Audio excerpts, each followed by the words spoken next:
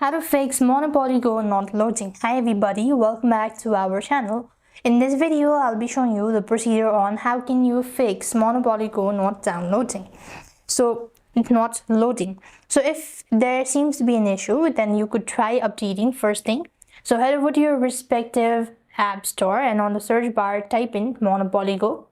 So here you could see for an update if you find it. So if the application is completely up to date, then the other thing what you want to do is just exit out, locate Monopoly Go, long press the app or just click on the app info icon, after which and go to storage and cache. Make sure to clear cache as well as clear storage, but clearing your storage is going to delete your data. Only if you're sure about it, you could go with that, or else just leave it as it is.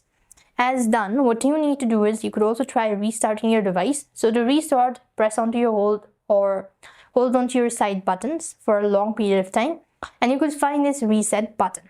If the issue still persists on despite all this, you might want to consider uninstalling, then reinstalling the app. That might be able to help you out. So that's it. I hope your video was helpful. Make sure to like, share and subscribe. Thank you for watching. See you in the next video.